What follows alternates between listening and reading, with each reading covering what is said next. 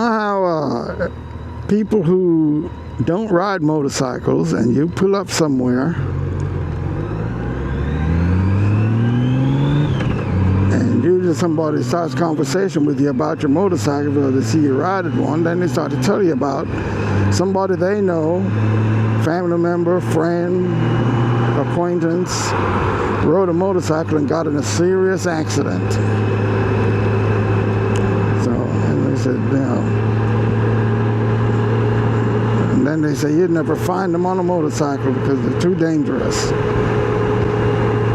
And I have a similar situation when it comes to ocean cruises. Now, I've got family and friends who, even my mother when she was still here, tried to get me to go on a cruise, and I just was not. At first, I thought I didn't have the time, but as the years went by, I just was not interested in going on a cruise. Then I started hearing all these things about people falling overboard and nobody ever finds them. And, I talked to my family and friends and said, is it easy to fall off a cruise ship? They said, not if you stay behind the rail, but, they say a lot of people like to sit on the rails and take pictures and all that. And most recently, that ship on the other side of the world got some kind of disease that killed 3 people and infected others. And even when COVID was around, or even after COVID, people got on cruises and got sick, got infected. And I'm like, this last thing where the people dying from whatever disease it was, I can't remember the name. So I guess I'm just like that person who's never ridden on a motorcycle and just focuses on the wrongs that can happen or the tragedies that can happen from riding a motorcycle. Well, I might be somewhat similar in my view to cruise ships.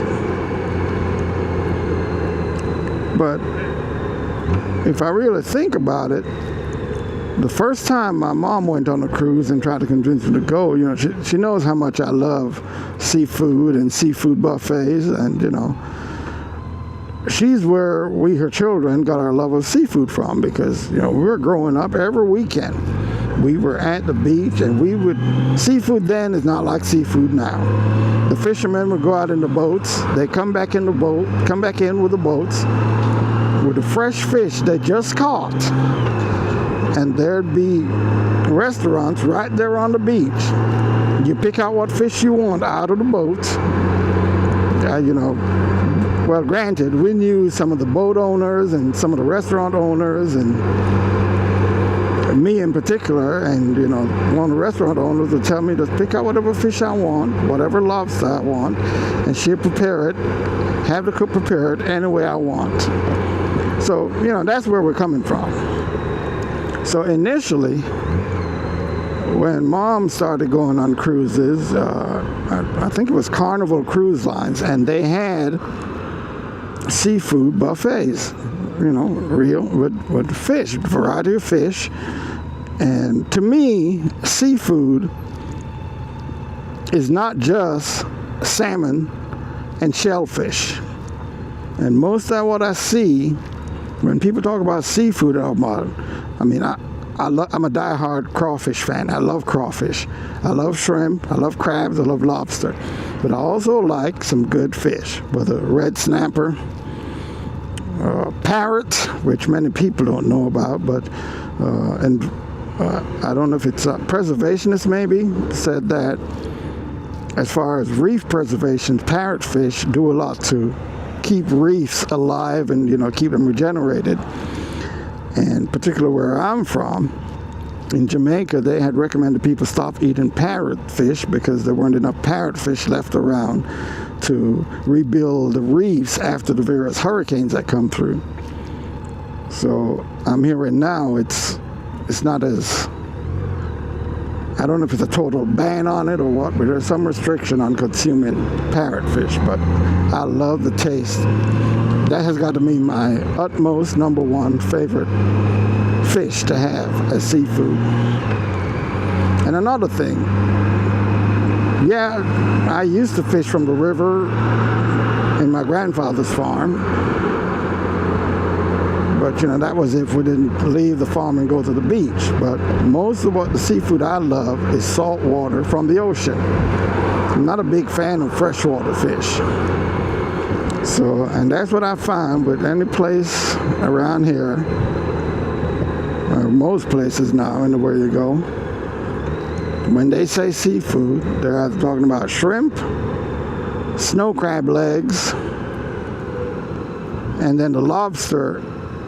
I mean, the lobsters, when I was growing up, I mean, you could not eat one lobster by yourself. I mean, they were huge. But I guess with the fishing, I don't know if you call it harvesting of lobsters, and people just pull so many of them out of the ocean that they don't get time to grow. I don't know, I'm just guessing, but bottom line is seafood isn't the way it used to be. So to bring all that back to me and cruise ships, when the cruise ships started doing away with their all-you-can-eat buffets, I said, well, that was my only reason that I was going to go on a cruise. And if they're not doing that anymore, then I just keep my butt on land. So, I don't know. Am I being like those people who don't ride motorcycles and are critical or fearsome or reluctant to get on a motorcycle? Am I that person, but only when it comes to cruise ships? I don't know. I don't think so. I mean, if they brought back all-you-can-eat seafood buffet, I would definitely go on a cruise, but nah. You can hardly get an all-you-can-eat seafood buffet on land now. Like I said, their idea of seafood just blows my mind, and it doesn't line up with what I grew up with. So that was another one of the thoughts I've been having going through my head. Fortunately for me, all of my mishaps on motorcycles happened when I was a teenager. But in all the years since then, I mean, I don't think